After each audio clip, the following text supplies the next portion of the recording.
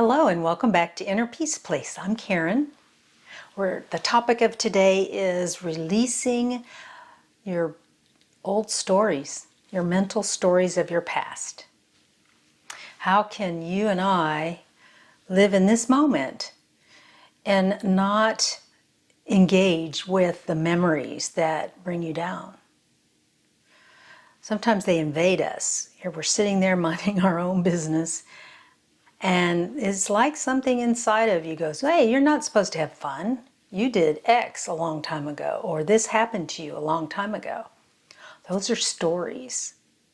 Those are stories that the personality self uses to keep you engaged with a downward flowing, chaotic, full of energy type of relationship, rather than allowing you to be in a calm, peaceful, rather quiet relationship with the current moment.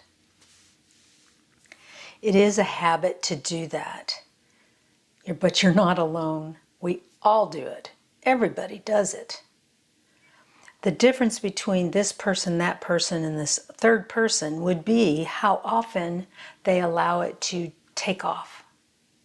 So if your desire is to release old stories so that you can enjoy this moment in a more thorough manner, if that's your desire, you need to understand that once the story starts playing out in your head, you've got to call cut as quickly as you realize it, rather than allowing it to build momentum.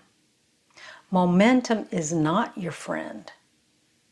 Momentum is what's causing your core vibration to be pulled down.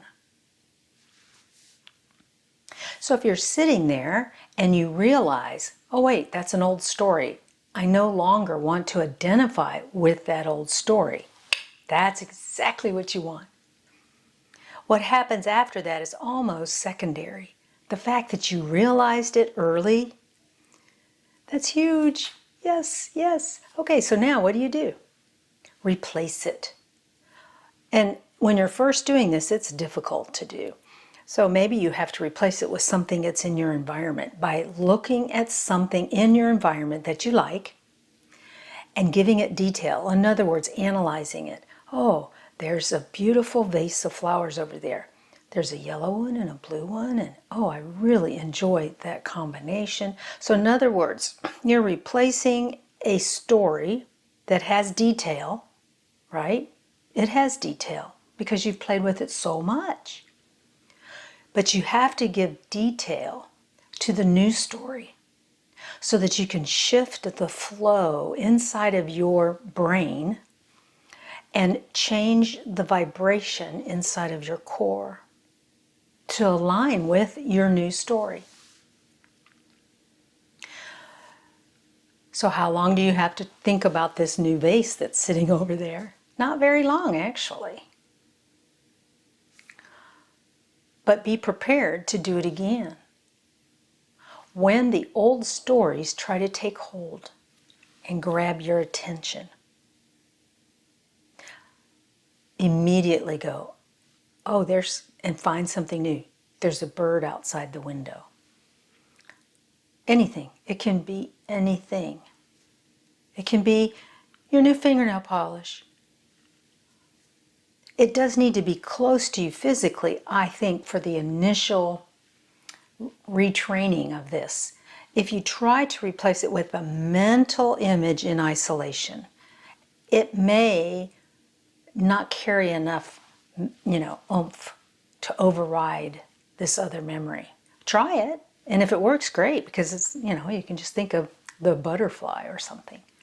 But if it's something physical in your environment, it grabs just not your brain, but your vision, perhaps your hearing, if it's music you're thinking about. So the more you can focus on it with more and more of your physical form,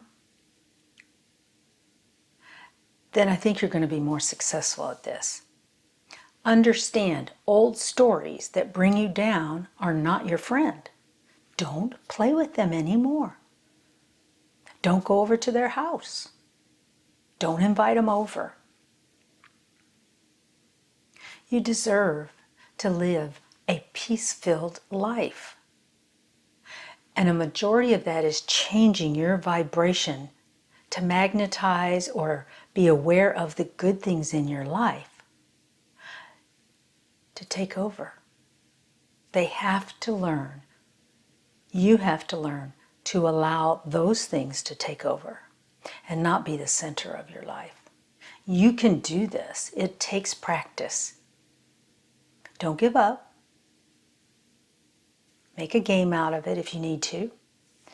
Focus on good things when something in your head is just doing this at you. Love and light to you and all of your memories. And I'll see you next time. Bye-bye.